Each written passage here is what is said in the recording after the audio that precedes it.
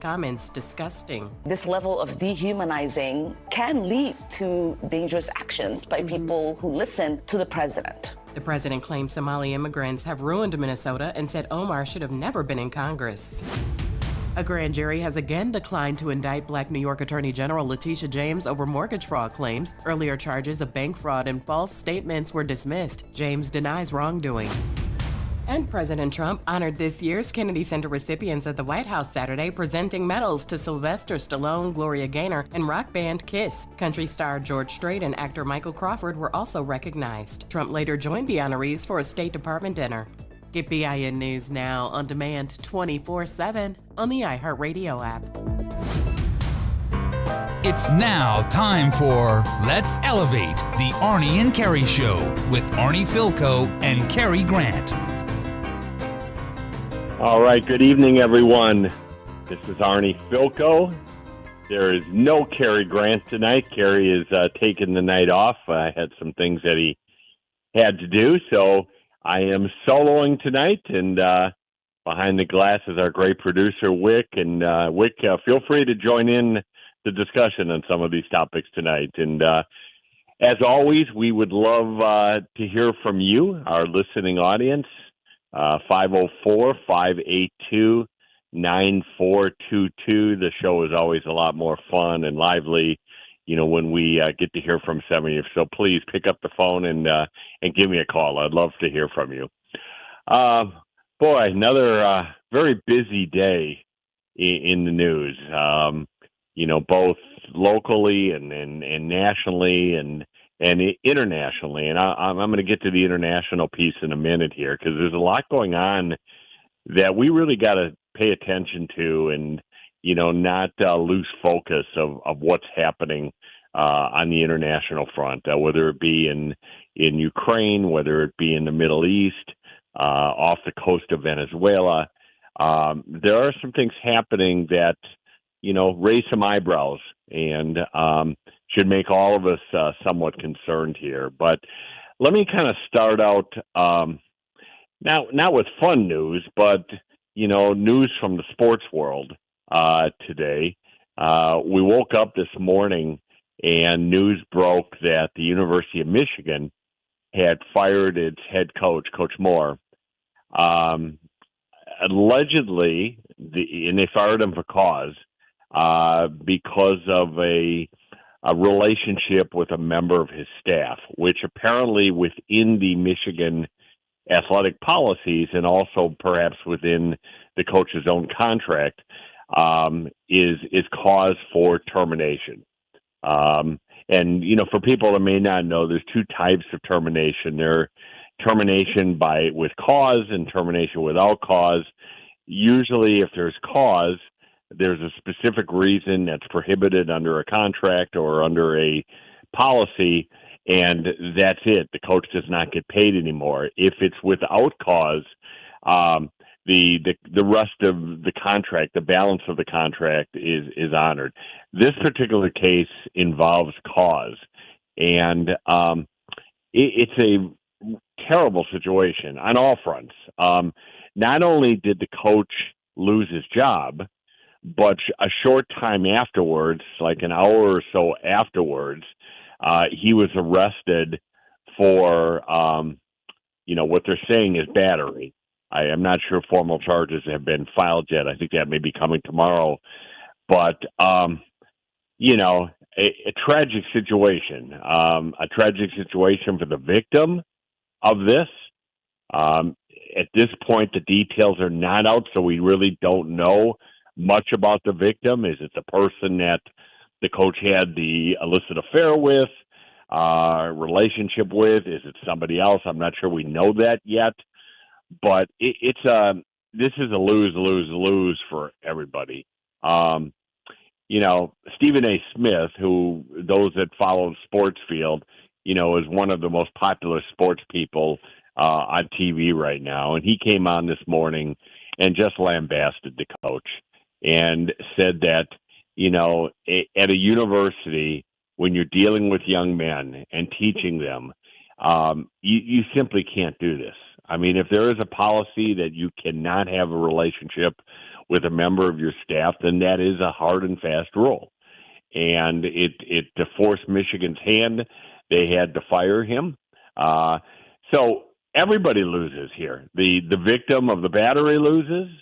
The coach, if this goes to court and if it's upheld, I mean, the coach is out probably a good, $30, $40 million over the course of his contract.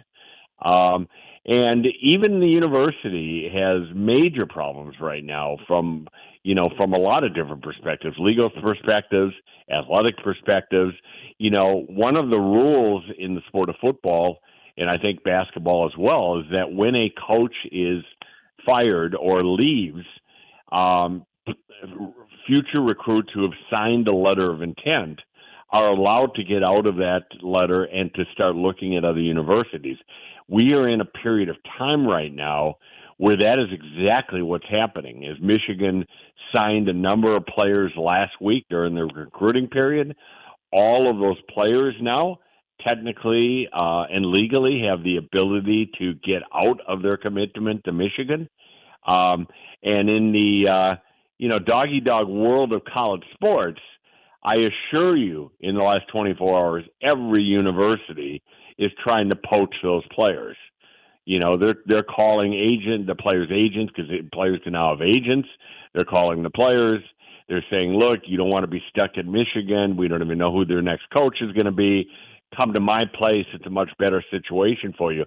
I mean, this is about as devastating for an athletic program as one could have. And it's just, again, people are human, and I'm not going to, I'm certainly not going to lambast the coach the way some have, but a really stupid decision is all I could say. A really foolish decision. You got to know what the rules are. You got to know what the repercussions would be if you got caught. And in this case, that indeed is what's happened here. And bad situation for everybody. One more thing in the athletic front that I thought is really interesting, that's a positive note, is how exciting is it that a week from now, Tulane is going to the college football playoffs. They'll be playing, I think it's a week from Saturday. They'll be heading up to Oxford, Mississippi. And as the number 11 seed, will be playing the number 6 seed in the tournament, the University of Mississippi. And just by virtue of making the playoffs, it was announced today that Tulane will be rewarded with $8 million, $6 million of which goes to the university athletic program, and $2 million would go towards the cost of playing in the game next week. But what an incredible thing for a school like Tulane, to be able to reap the benefits of a $6 million reward here. Not to mention all of the national publicity and things that go with the college football playoffs. There's been no better athletic moment in probably 5 decades, for Tulane University. So very exciting. And, I, for one, they went up and played Mississippi earlier in the season, and they got their, what's handed to them. But I got a feeling it's going to be a different game. First of all, Mississippi lost its head coach, as we know. Lane Kiffin, who was the coach, is now going to be the head coach at LSU, so he's gone. And LSU actually lent Mississippi a coach, Charlie Weiss, who many years ago coached at the University of Notre Dame, is kind of taking the reins for this upcoming game for Mississippi. But I think Tulane has a real chance here to pull off an upset. They are darn good. They played an outstanding game last weekend in their own conference championship. And, I don't think they're afraid of going and playing an SEC school. They already played Mississippi. They know what that environment's like. I think there probably will be a decent number of New Orleans fans, Tulane fans, making the relatively short drive up to Oxford. So, again, what a great story. The head coach, John Sumrall, he's coaching the game.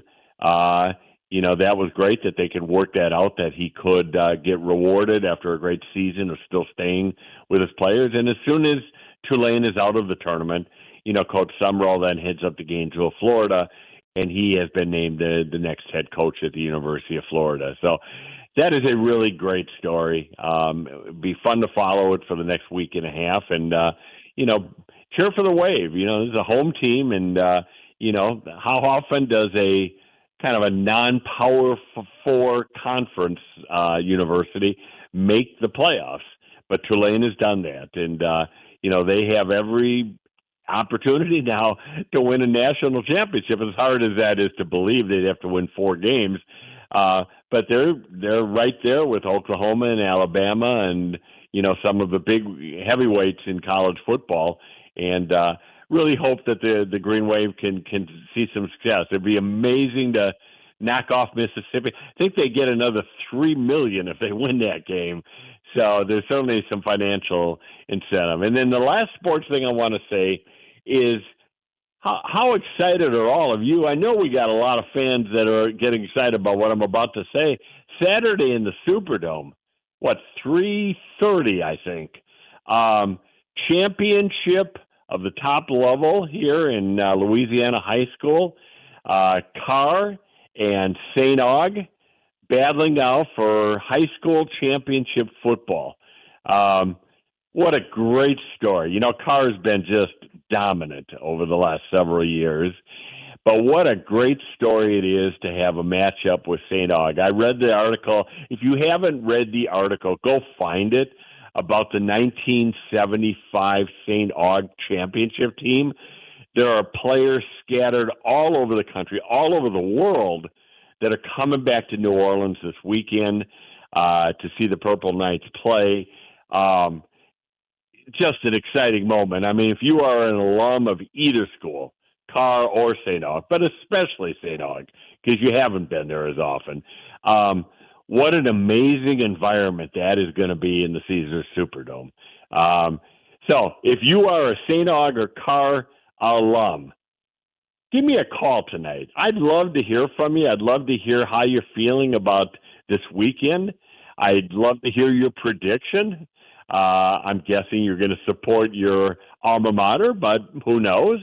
But I'd love to hear from you. It's a big moment in New Orleans. It really is.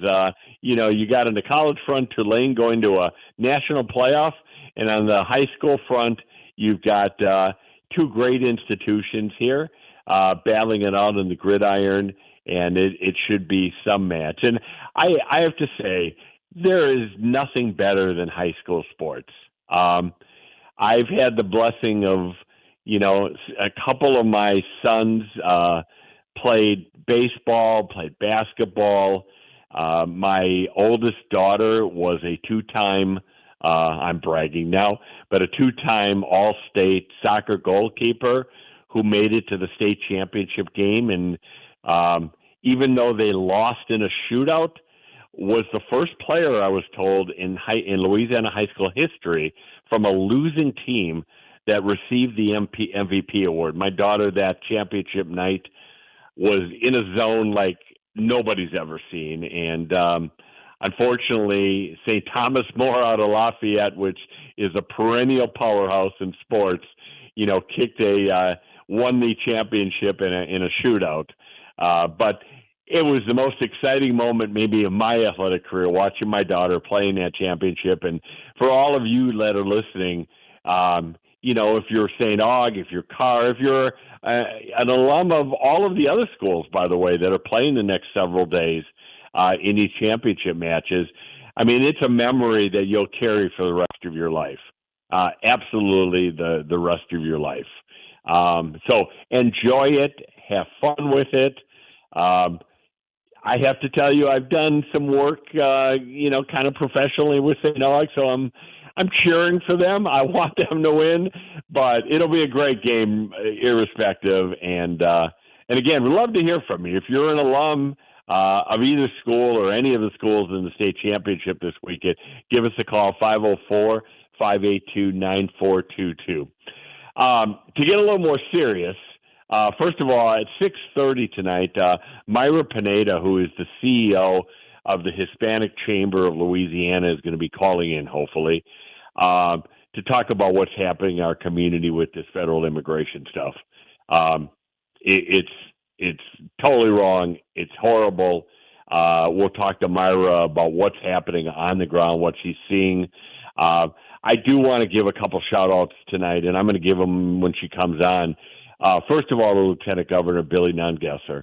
Billy came out yesterday publicly and really condemned what the feds are doing here.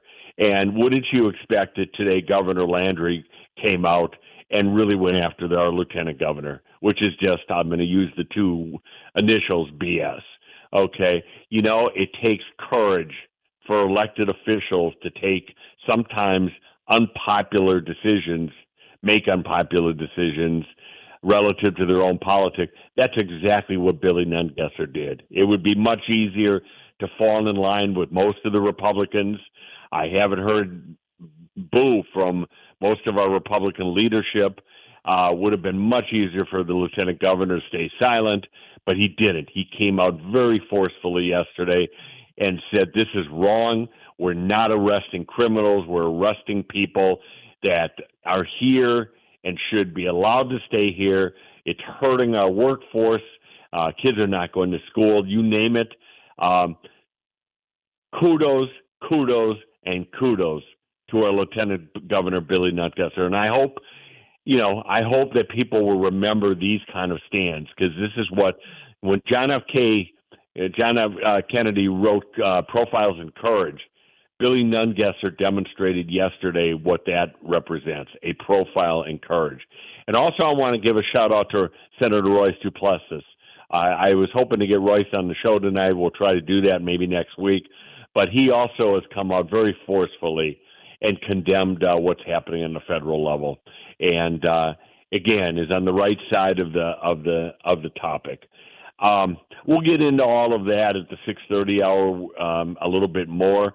It was a bad day in Washington. The Senate did not, and I want to repeat that, did not pass any legislation relative to the Affordable Care Act. The Democratic bill, which was seeking to extend subsidies for people for 3 years, that failed. And Senator Cassidy's bill to basically give money to citizens to help them with health insurance rather than directly to insurance companies, that failed.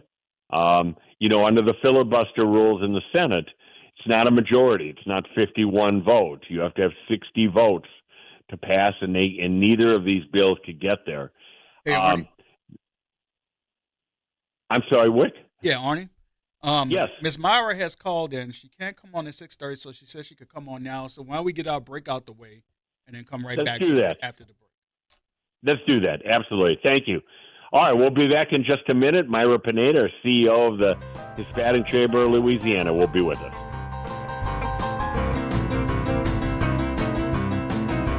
I'm David Patan Sr., owner of Whole Water and Food Over Medicine Academy, coach, consultant, and instructor. We're excited about our 21-day challenge. Stop, prevent, and reverse disease today. Cholesterol, diabetes type 2, high blood pressure, along with chronic illnesses and diseases. We believe that the gift of wellness is the greatest gift, and for $30 per month, $1 a day, you can have this gift for you and your family. I'm Phyllis Washington, and I've benefited with health and weight loss. For your gift of $30, healing and wellness can be yours. Call 504-701-4711. That's 504-701-4711. The Whole Water Store. See you at 2135 Washington Avenue today.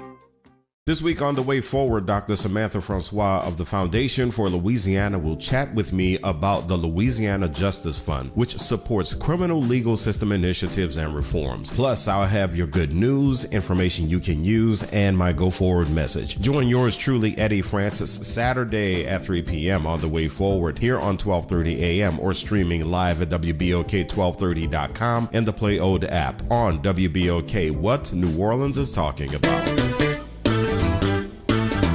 Hi, I'm Leo Jackson, host of Sunday Gospel here every Sunday morning, 5 a.m. to 7 p.m. and 12 o'clock till 2 p.m. You don't want to miss this move of God. It happens only on WBOK. You listen to all day long.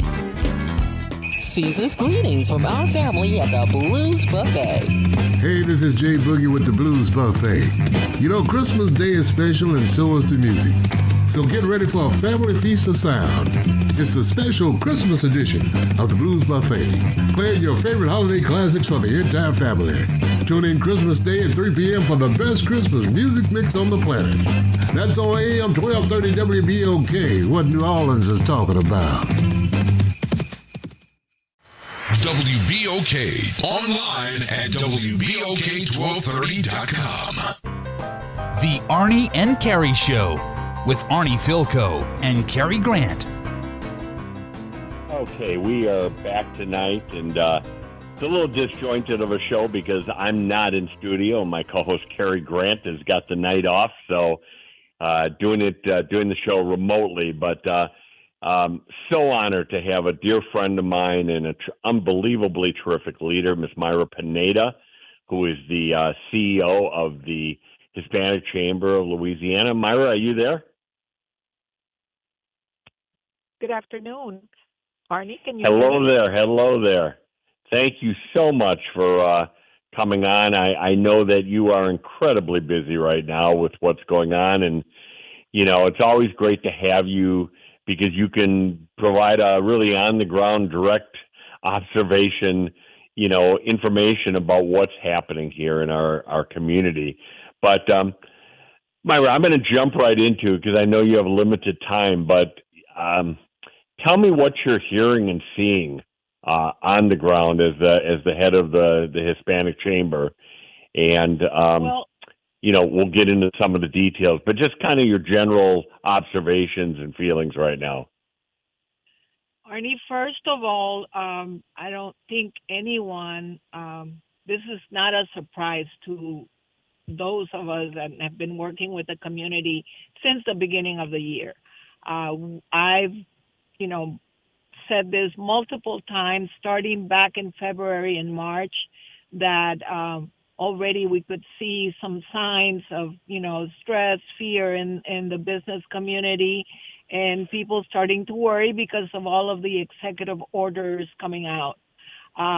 So since then, we started putting into action some guidelines for business owners and resources that could help in some way prepare.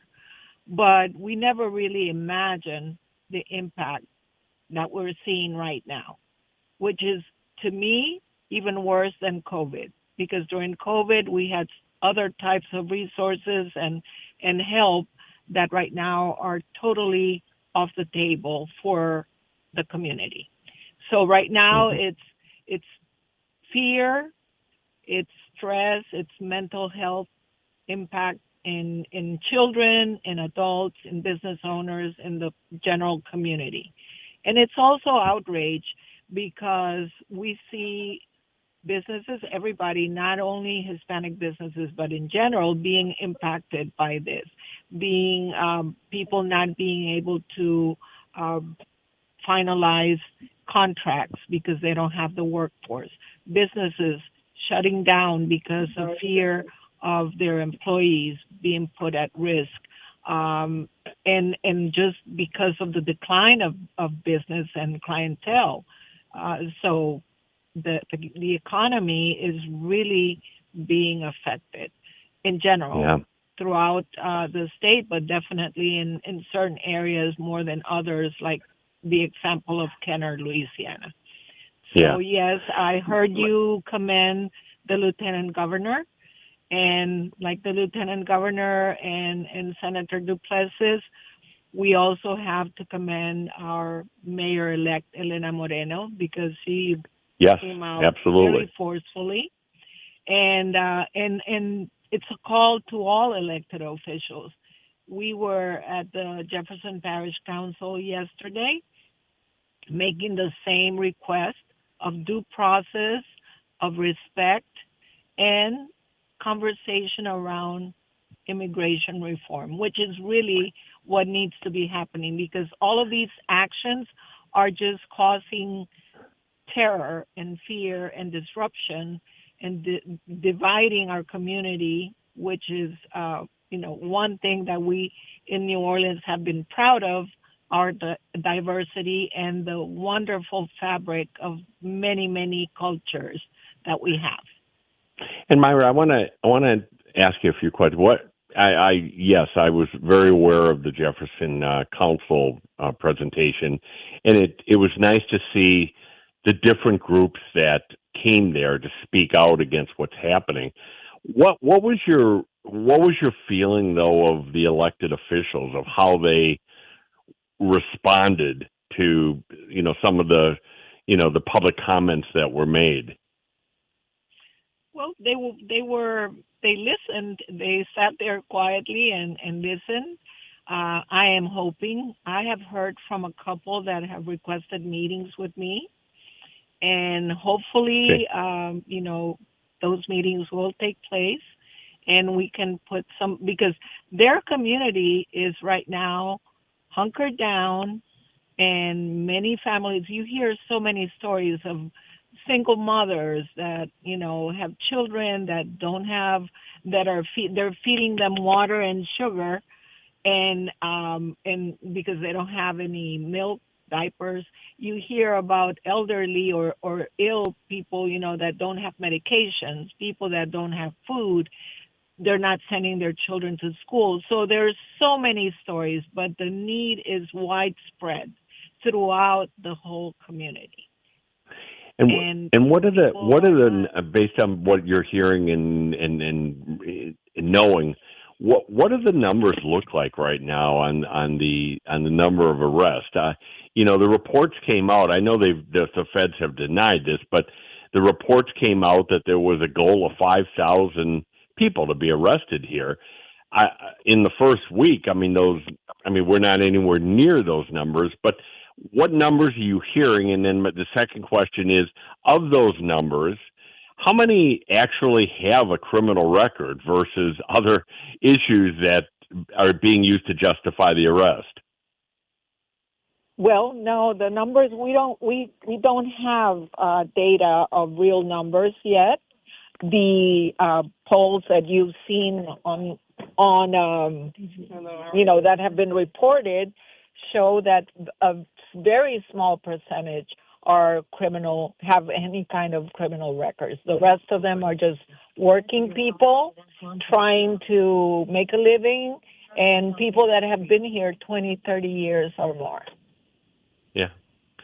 And what, again, if you can, I want you to. That's one of the areas that at least the New Orleans City Council and Mayor-elect Moreno have requested from the Border Patrol and Homeland Security, but they are not receiving that information. Right. And you really have to kind of wonder why we're not receiving that information. It seems to me, Myra, and I think probably you and a large part of the community agrees with this, this isn't really, at the end of the day, about taking people off the streets who have criminal records. I think people are generally supportive of that. It just seems to be punishment for a particular community. For exactly what we don't know, but definitely what it is racial profiling very clearly. Because if you look differently, if you look like me, or if you have an accent, or that's what they're going by. They're not going by any other premise of records or any kind of court orders or things like that, or they are in a very, very small scale. Mm-hmm. And from an economic standpoint, because I know you have a lot of small businesses, Hispanic-owned small businesses in Kenner and around Jefferson Parish and Orleans Parish. What's the feeling? Are they going to be able to keep their doors open? Are they able to have employees coming, or are the employees just scared right now of even coming into the business each day? The employees are totally scared. They're not coming into the businesses. We're about to have a Sugar Bowl. How are the hotels and restaurants going to serve their clientele and the tourists coming into the city? I don't know. It is a very difficult situation for the city and for for those business owners, because as you know, the rent and the other bills they have don't stop. But it's eventually going to also impact the tax base, because if they're not selling, then the whole supply chain is altered, and taxes are not going into the coffers. So, no, that's exactly true. So and I it's guess a cycle. equally upsetting is what's happening in our school system. Is talk a little bit about that in both New Orleans and Jefferson Parish. What's the percentage of kids that are not coming to school because their families are afraid? Yes, but as of right now, I mean, the school systems are being very understanding and of course are protecting the students and not, have put out already press releases and statements saying that they're not going to allow ICE or the Border Patrol into the schools. However, there is not they have not made a statement around whether the children that are missing school, how are they going to make up for those days, and if they're going to, because as you know, there's only a limited amount of days that they can miss, and if they miss more than those days, then are they going to fail the school year? So that's a concern that many parents have. And the decision to go virtual, it has not been made yet. Right. Well, it's a terrible situation for our businesses, for our students, for our families. Some of the stories we're watching on the media of, legalized citizens that are literally being chased into their homes. Yes. I mean, this, Myra, I'm sure you agree with this. This is not the America that we all want it to be or believe it should be. I mean, this is not a the form America of that hatred we know. and discrimination. That's right. And, we know that this country was built on immigration, and there needs to be rules. There needs to be, a structure around it. But right now it's broken. So that's what needs to be fixed so that we can move forward, because what we're going through right now is not sustainable on any side. And I think our taxes can be used, for better purposes. Definitely. Well, one last point and then one last question for you. People have very short memories here. I get the question often, why should we care? This doesn't affect us. I mean, we have a very short memory that it wasn't long ago after Katrina that had our Hispanic community not stepped up. Many people moved here. They made their lives here. They opened businesses here. They gutted houses. They did many things. Had that not happened, New Orleans area here would never have recovered the way that we did. So we need to remember that. No, you don't have to be Hispanic to understand the significance of what's happening. And that leads me, Myra, into the question of just people listening to this show and other aspects of media. What can we do right now? What is the Hispanic Chamber and you as its leader recommending that regular people can do to help this situation? Thank you for reminding us of that very important fact, Arnie. And let's not go that far to Katrina. We've had Ida, we've had COVID, and it has been the Hispanic community who has been at the front line helping. And thank you for asking me, how can you help?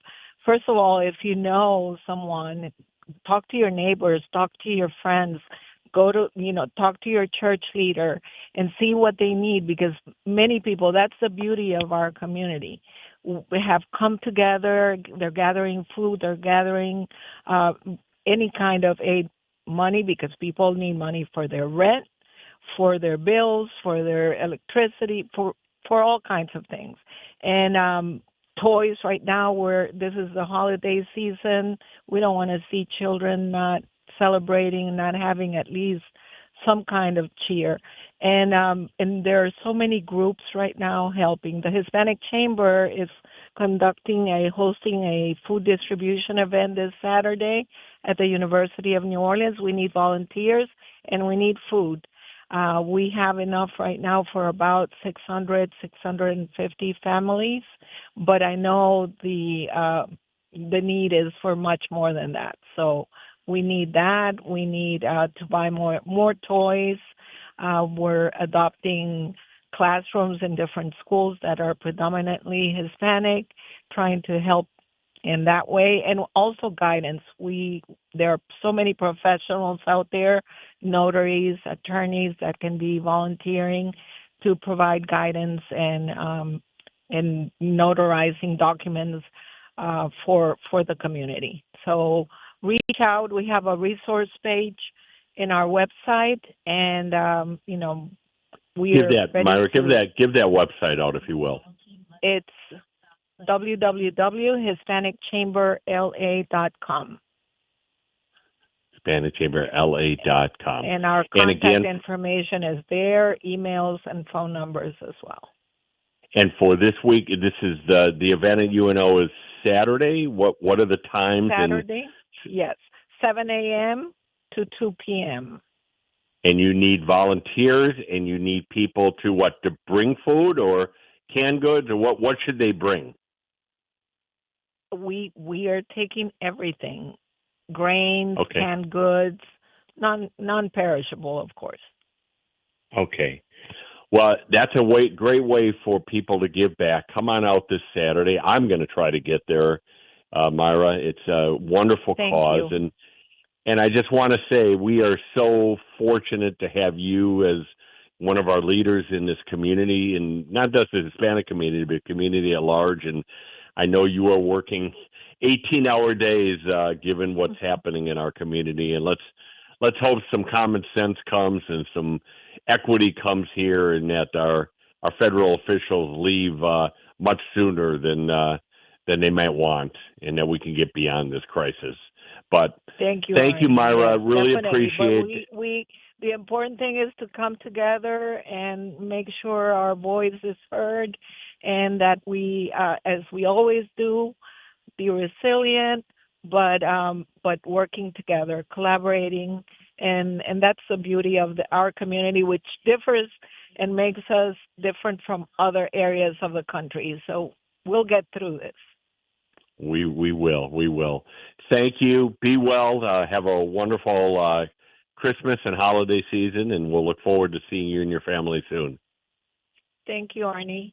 Same to you and Take your care. family. Bye-bye. Thank you. Good night. That's Myra Pineda, the CEO of the Hispanic Chamber of Louisiana. I'm a big fan. I have to admit, I've known Myra and her husband for 25 years. People probably won't remember the name Pineda that much, but Hector, the husband, Hector was the voice of the New Orleans Saints, the Spanish voice of the New Orleans Saints for many, many years. When I was with the Saints, we traveled together, and like Myra, just such a decent, wonderful person, and it's got to be just heartbreaking, to day in and day out see what's happening to the people. I mean, I see it, on TV every night. Some of these situations are just, they're egregious. I mean, and they're heartbreaking. I mean, to see American citizens or people that are here lawfully, that are going through the system, that are contributing to our workforce, contributing to our tax base, treated like this. It's not right, folks. Again, it doesn't matter if this directly affects you or not. I mean, it's, you don't have to be Hispanic here to see what's happening. And it doesn't take that much to see the bridge of something like this happening to you and your ethnicity or my ethnicity. I just have never seen anything like this. I mean, I don't like to draw these parallels. I've said this before, but these are the kind of things you did see 80 years ago in Nazi Germany, where people were being taken off the street and the federal military, doing unbelievably horrific things. Okay, again, I'm not making that direct comparison, but it's one. it's maybe it's the closest comparison I can make to what I'm seeing in America right now, and in New Orleans, and in Kenner, and in Metairie, and other places. So when I give kudos to people, Mayor-elect Moreno, Lieutenant Governor Nungesser, Senator Duplessis, some of the members in Jefferson have started to step up. The members of the New Orleans City Council, our state lawmakers. I mean, there are good people here representing us that know what's going on is wrong, and they are unafraid to speak up. Their voices are being heard, but it's not enough. It's got to be everybody, okay? It's got to be Democrats, it's got to be Republicans, it's got to be independents, because the only way this is going to stop is when our federal government officials, realize they don't have the support. I see the head of the border control, this guy Bovino, walking almost arrogantly down the street, like, they wanted him to be more transparent, and he said, well, how much more transparent? Look, I'm walking down the streets of Kenner, and people are cheering me, and the law enforcement is supporting me. I don't know that that's the case. Okay, I mean, are there elements of our local law enforcement that are supportive of the federal government's efforts? Yeah, there are. I mean, it's disturbing to see that support. But are the people in this community, in the greater New Orleans community, really supportive? The large majority are not. The large majority thinks this is completely wrong. And I have to say, and Cary and I talked about it last night, we're always going to talk about politics. Politics are backfiring here on President Trump and the Republicans, okay? The Hispanic community across the country, which put, Trump back into office last year, they're abandoning him. They're deserting him because they don't. When there's one thing about closing the border, I think lots of people supported that. Closing the border, making sure that we did not let bad people into this country. I mean, everybody needs that. Our country needs that. That's a whole lot different than going into Los Angeles, going into Charlotte, Raleigh, Chicago, New Orleans, Kenner. Now they're on the North Shore, by the way. I think I saw that a little while ago, that they've got some movement on the North Shore. That is not really what the American citizenry voted for. We're not looking to take non-criminals off the street who may be here legally or may be here under green cards or work papers, who are contributing to our society. That's not who we should be penalizing. I mean, don't we have much better things to do? Oh, my God. People can't afford health insurance right now. In 2 days, Congress is leaving Washington. Does everybody realize that? This Friday is the last day of work for Congress, scheduled. Maybe they'll stay longer, but scheduled. Right now, on this January 1, which is a week and a half away, 2 weeks away, millions and millions of people are not going to have health insurance, not going to be able to afford the Affordable Care Act and the health insurance they have. Should that not be the priority versus taking good people who have been in this country for decades off the streets in New Orleans? To me, it's a pretty easy decision. I hope you agree with that. I'm going to come back and give you some statistics that I read involving poverty in our community. And aren't those the kind of things that we should be focusing on and worrying about? I certainly think so. All right, we'll be back in just a minute. We're going to cover this pretty interesting report that I read, and I'd love to again to hear your thoughts and comments on it. 504-582-9422. Be back in a minute.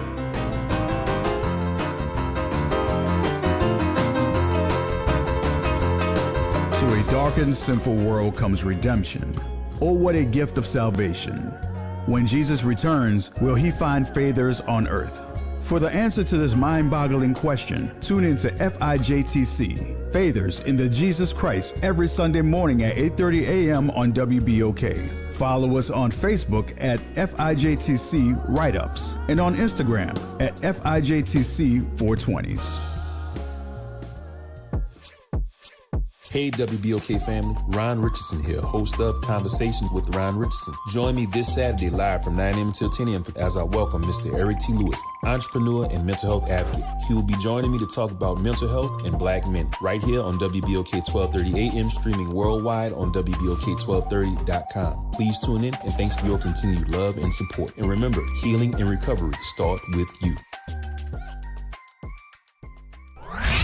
Hey, this is Steve Poston. Be sure to listen to WBOK 1230 AM every Saturday morning at 10 a.m. and Sunday evening at 5 p.m., bringing you the best Southern Soul barroom music with the Southern Soul Weekend Party Mix, hosted by me, of course. I'll be playing your favorite Southern Soul music by artists from all over the South, right here on WBOK 1230 AM or online at WBOK1230.com. The station you listen to longer. Listen to longer. Listen too long. Ho, ho, ho! I'm D. Riley, host of the 90s Hits, inviting you to kick it with me this Christmas night at 7 p.m. I'll be playing all your favorite R&B jams from the 90s, plus your Christmas favorites, right here on WBOK 1230 AM, or listen online at WBOK1230.com. WBOK, the station you listen to longer. WBOK. Listen now on WBOK1230.com. The Arnie and Cary Show with Arnie Philco and Cary Grant.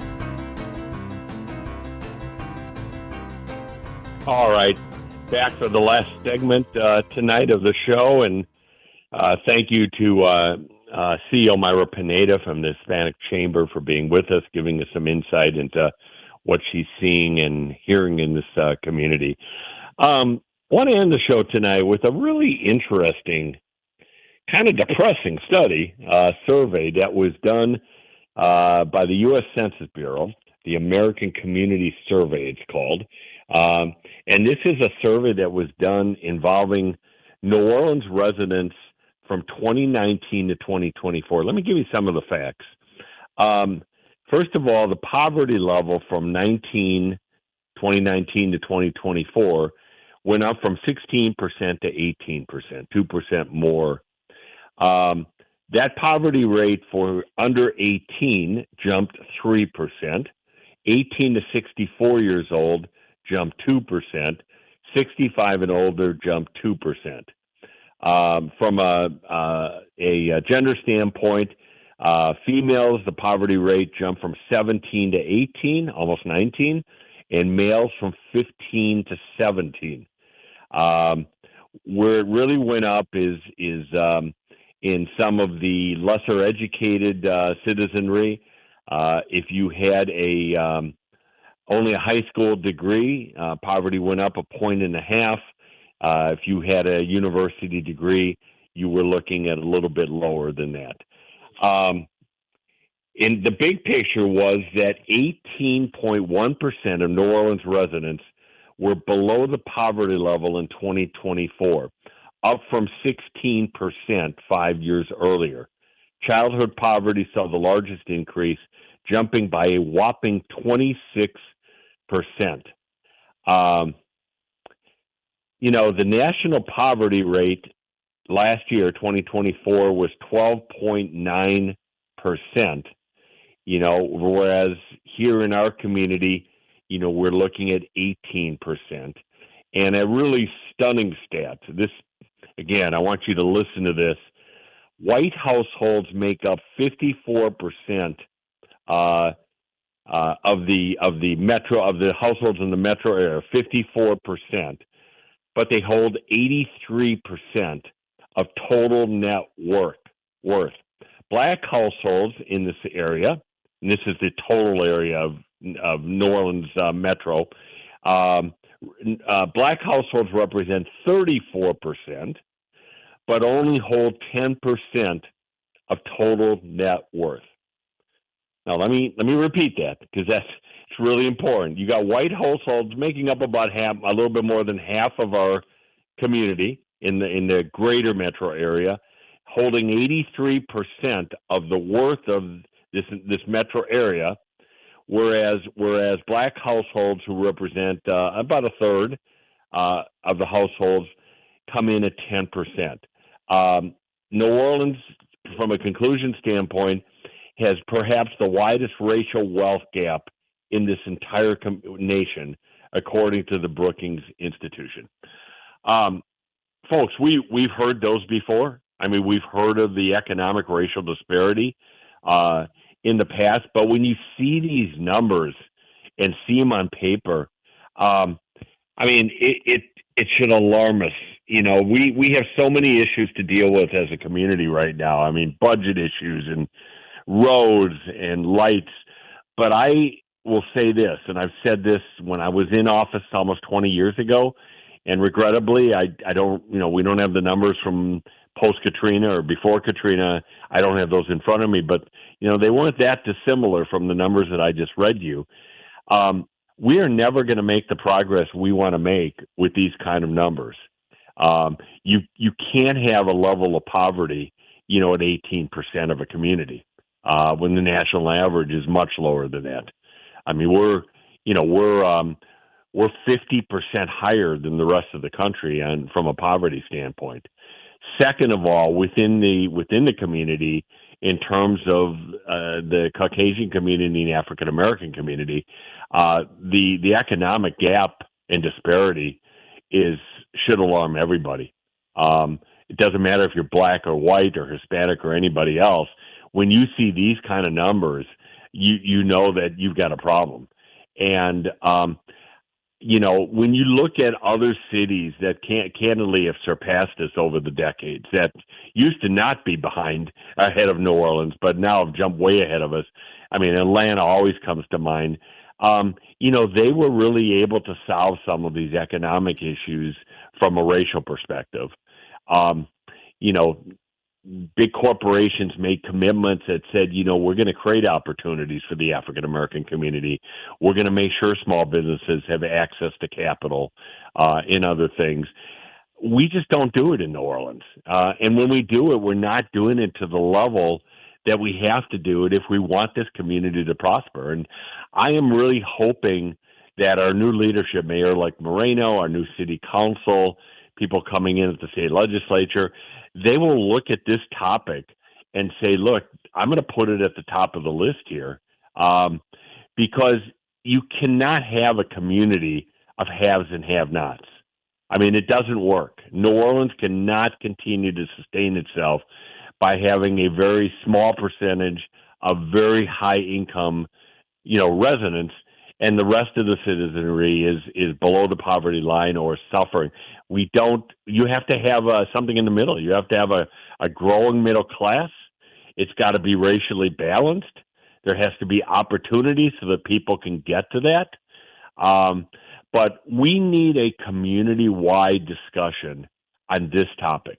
This is, again, many other important topics. I'm not devaluing budget issues and infrastructure and crime and many other things, but this deserves to be at the top of the list along with those topics. And I think we need to create, just like we have over the last 2 months, I've been honored to be on the Mayor-elect's Transition Committee.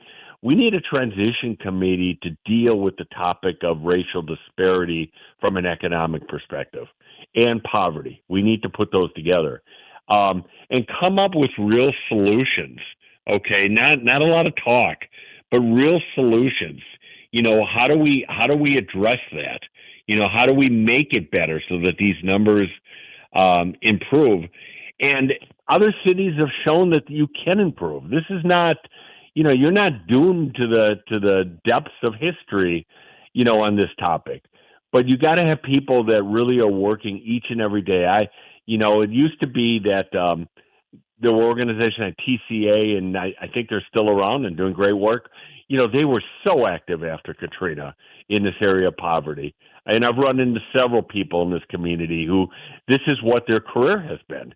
This is their lifelong mission, is to decrease, you know, that level of disparity among the races and to create economic opportunity for everybody.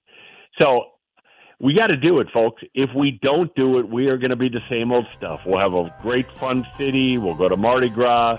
We'll go see the Saints win on Sunday. All of the things that make New Orleans special. But New Orleans is never going to grow and never going to prosper economically unless we're willing to take it on. All right. Thank you all for joining us tonight. Wick, thank you for producing. Cary will be hopefully back with me next week. We'll be with you next Tuesday at 6 o'clock. Have a really great weekend. Enjoy the weather. Enjoy all New Orleans offers. And we'll see you in a few nights.